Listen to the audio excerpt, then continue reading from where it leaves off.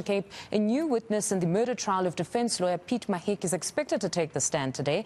The top gangster representative was gunned down while he was dropping off his daughter at school back in 2018. And the intimidation continues. The media was ordered not to publish pictures of legal teams for their safety. eNCA's Monique Mortlock is in Cape Town and joins us now. Monique, clearly a very dangerous situation even for those legal representatives right now. If there was a strict instruction to say the media cannot take their images. Just give us a background of this particular case that you're monitoring for us today. Now, on the 30th of October 2018, defense advocate Pete Mihalik was gunned down while doing a routine school drop of his two children, his daughter and his son. And he was then subsequently shot and killed while sitting in his vehicle.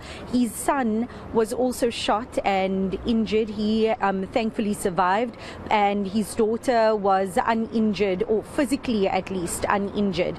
Now, during this trial, the three accused, Sizwe Biyela and Vuyile Maliti and Kosinati Kumalo, they have pled not guilty since the very start, since the arrest back in 2018. In fact, Kosinati Kumalo was arrested shortly after that shooting in front of the Redham House School, and they have maintained their innocence.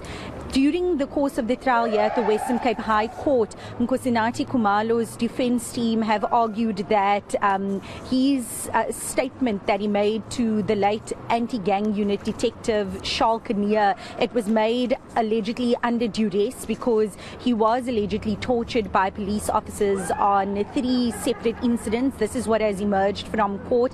The state, however, has brought in various police officers just giving their own evidence to refute these allegations. One police officer a couple of days ago, he actually testified that there was no documentation of any of Kumalo being taken to a different section to be tortured, as what he has claimed to the court.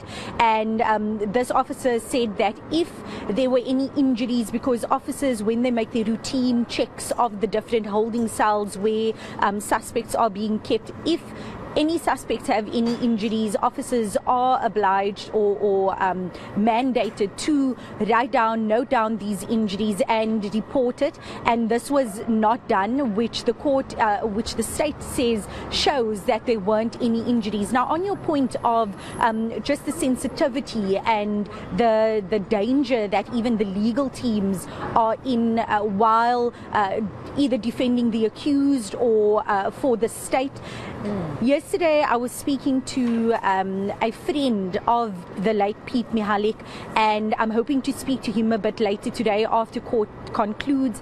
And he was telling me that because of what happened, not only to Mihalik, who was a mentor to him and a friend, but also what happened to Advocate Nuruddin Hassin in 2016 when he was gunned down, and Vernon Jantjies, another defense advocate who was killed in front of his shop in Mitchell's Plain a couple of years ago, prior to Pete Mihalik's murder. He said that because of what happened to his colleagues and his friends, he has now removed himself from defense, from being a defense lawyer, and has now gone into corporate law, simply because of the fact that he has also received threats in the wake of Mihalik's murder and of Mr. Hassan's murder. And he was saying that, you know, he had to make the decision weighing up his life or his safety and his family's safety and that of his career, and he then decided, let me rather go into corporate law